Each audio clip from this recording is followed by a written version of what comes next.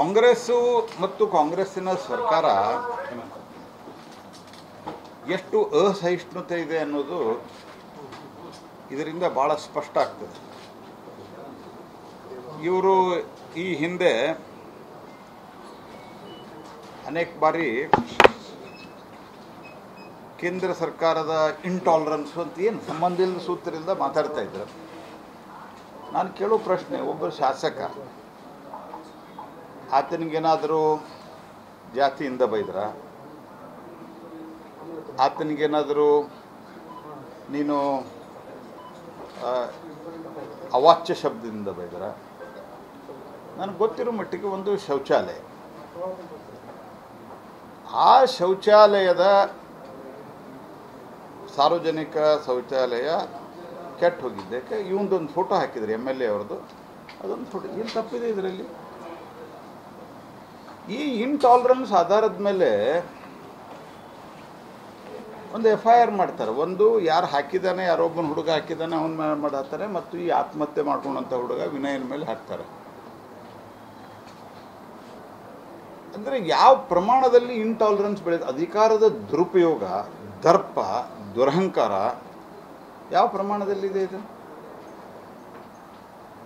ಅವನ ಮೇಲೆ ಮತ್ತು ಇವ ಅಡ್ಮಿನ್, ಇವನಿಗೇನು ಸಂಬಂಧ ಇಲ್ಲ, ಅದು ಇವನ ಮೇಲೆ FIR.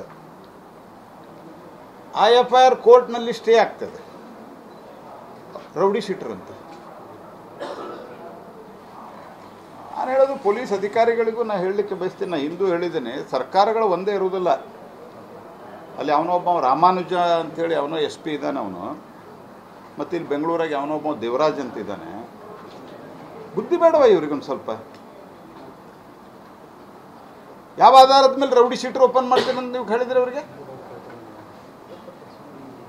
ಮನೆಮಾನೇನ ಇದು? ಯಾರೋ ಪೊಲಿಟಿಕಲ್ ಬಾಸ್ ಹೇಳ್ತಾರೆ ಅಂತ ಕೆಲಸ ಮಾಡ್ತೀರಾ ನೀವು? IPS ಆಫೀಸರ ನೀವು? ಏನು ಸರ್ಕಾರದ ಕಾಂಗ್ರೆಸ್ ಪಾರ್ಟಿಯ ಗುಲಾಮ್ರ ನೀವು? There should be some limit to anything.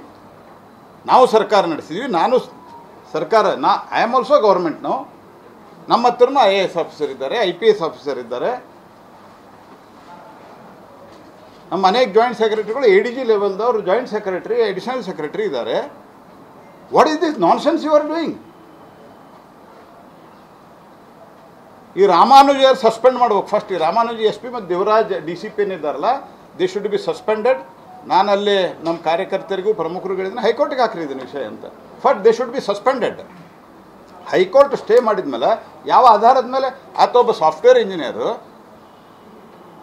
ಈ ಪೊಲೀಸ್ ಅಧಿಕಾರಿಗಳಿಗೆ ಬುದ್ಧಿ ಬೇಕು ಬೇಡ? ಹೋಗಲಿ.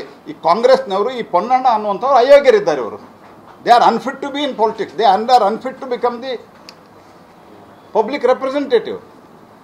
ರೋಡ್ ಅನೇಕ ಸರ್ತೆ ಕೇಂದ್ರದ ಮಂತ್ರಿಗಳಿಗೆ, MP ಗಳಿಗೆ ಒಳಗಿನ ರೋಡ್ಗಳ ಸಂಬಂಧ ಇರಲ್ಲ. ಎಲ್ಲೋ ಒಂದು ಗುಂಡಿ ಬಿದ್ದಲ್ಲಿ ನಮಗೆ ಹಾಕ್ತಾರಪ್ಪ, ನಮ್ಮ ಫೋಟೋ ಹಾಕಿ. ನಾವು ಯಾರ ಮೇಲೆ FIR ಹಾಕಿ? ಹುಬ್ಬಳ್ಳಿ ಒಳಗೆ ಕಳೆದ 21 ವರ್ಷದಿಂದ ನಾನು MP ಇದ್ದೀನಿ ಇಲ್ಲಿ. ಆ ವರ್ಕ್ಡ್ ಆಸ್ ಸ್ಟೇಟ್ ಪ್ರೆಸಿಡೆಂಟ್. ಕಳೆದ 6 ವರ್ಷದಿಂದ ಮಂತ್ರಿ ಇದ್ದೀನಿ ನಾನು. ಅನೇಕ ಸರ್ತಿ ಹಾಕ್ತಾರೆ. ಹಿಂದೊಂದು ಸರ್ತೆ ನಾನು ಸೆಕೆಂಡ್ ಟೈಮ್ MP ಇದ್ದಾಗ ಎಲ್ಲೋ ಒಂದು ಹಂದಿ ಸತ್ತೋಗಿತ್ತು, ಕಾಂಗ್ರೆಸ್ ಸರ್ಕಾರ ಇತ್ತು. ಅದ್ರ ಫೋಟೋ ಹಾಕಿ ನಾನು ಕಳಿಸಿದ್ರಪ್ಪ 15 ವರ್ಷದಿಂದ. ನಾವು ಅವ್ರ ಮೇಲೆ FIR ಮಾಡೋಕ್ಕಾಗತ್ತಾ? ನಾನು ಹೇಳಿದೆ, ಆಯ್ತಪ್ಪ ಹೇಳ್ತೀನಿ ಅಂತ ಹೇಳಿದೆ. What is this nonsense happening in this state? Vinay Somaiah death ನೋಟಲ್ಲಿ ಇವ್ರ ಹೆಸರನ್ನು ಬರೆದಿಟ್ಟಿದ್ದಾರೆ. That is set. Next I am taking that also. ಎರಡನೇದ್ದು, ಆತನ ವಾಟ್ಸ್ಯಾಪ್ದಲ್ಲಿ ಸ್ಪಷ್ಟವಾಗಿ ಹೆಸರಿದೆ.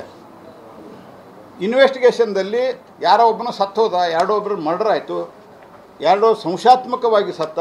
ಆ ವ್ಯಕ್ತಿದು ಏನು ಮಾಡ್ತಾರೆ, ಕೊನೆಗೆ ಕಾಲ್ ರೆಕಾರ್ಡ್ ಯಾವುದಿದೆ ನೋಡ್ತಾರಿಲ್ಲ. ಇಲ್ಲಿ ಬರೆದಿದ್ದಾನೆ ಅವನು. ಇವನ ಹೆಸರು, ಇವ್ರ ಹೆಸರು, MLA ಹೆಸರು, ಮತ್ತು ಇವ್ರ ಮೇಲೆ ಇವ್ರು ಲೀಗಲ್ ಅಡ್ವೈಸರ್. ಇವ್ರು ಮಾಡೋದೇ ಇಲ್ಲಿಗಲ್ ಕೆಲಸ. What is wrong in it? ಆಯ್ತಪ್ಪ, ಅವರು ಬರೆದಿದ್ದಾರೆ, ಅದ್ರ ಮೇಲೆ ಕೇಸ್. ಆ ಕೇಸ್ ಮೇಲೆ ಇವ್ರ ಮೇಲೆ ಒಂದು ಕೇಸ್ ಆಗಲ್ಲ, FIR ಆಗಲ್ಲ. ಅಂದರೆ ಸರ್ಕಾರಿ ಅಧಿಕಾರಿಗಳು, ಸ್ಪೆಷಲಿ ಅಲ್ಲಿರುವ ನಾನು ಎಲ್ಲ ಪೊಲೀಸ್ ಅಧಿಕಾರಿಗಳಿಗೆ ಬೈತಾ ಇಲ್ಲ. ನಮ್ಮಲ್ಲಿ ಇಲ್ಲಿದ್ದಾರೆ, ಇಲ್ಲೆಲ್ಲ ಅನೇಕರು ಇರ್ತಾರೆ. ನಮ್ಮ ಸೌಹಾರ್ದಯುತವಾದ ಸಂಬಂಧನೂ ಇದೆ. ಒಳ್ಳೆ ರೀತಿ ಕೆಲಸ ಮಾಡುವಂಥವ್ರು ಭಾಳಷ್ಟು ಜನ ಇದ್ದಾರೆ. ಆದರೆ ಇಂಥವ್ರು ಕೆಲವರು ಇವರು ಕಾಂಗ್ರೆಸ್ ಪಾರ್ಟಿಯ ನಾಯಕರಾಗಲಿಕ್ಕೆ ಯೋಗ್ಯ. ಇವರು FIR ಹಾಕಿಲ್ಲ, ಹೈಕೋರ್ಟ್ ಒಂದು ಅಡ್ಮಿನ್ ಅನ್ನೋ ಕಾರಣಕ್ಕಾಗಿ ಹಾಕಿದ್ಮೇಲೆ ಹೈಕೋರ್ಟ್ ಸ್ಟೇ ಮಾಡಿದ್ಮೇಲೆ ನೀವು ನಿಮ್ಮ ಮೇಲೆ ರೌಡಿ ಶೀಟರ್ ಹಾಕ್ತೀವಿ ಅಂತಂದ್ರೆ what does it mean? At what level you are behaving? ಅದಕ್ಕೆ ಫಸ್ಟ್ ಅವ್ರ ಮೇಲೆ FIR ಹಾಕಬೇಕು. ಮತ್ತು ನಾನು ಒಂದು ಸಲಹೆ ಕೊಟ್ಟಿದ್ದೀನಿ, ಇಬ್ಬರು ಆಫೀಸರ್ ಮೇಲೆ ಕ್ರಮ ತೆಗೆದುಕೊಳ್ಳಿಕ್ಕೆ ಹೈಕೋರ್ಟಿಗೆ ಹೋಗ್ಲಿಕ್ಕೆ ತಯಾರು ಮಾಡಿರಿ ಅಂತ ನಾನು ಹೇಳಿದ್ದೀನಿ.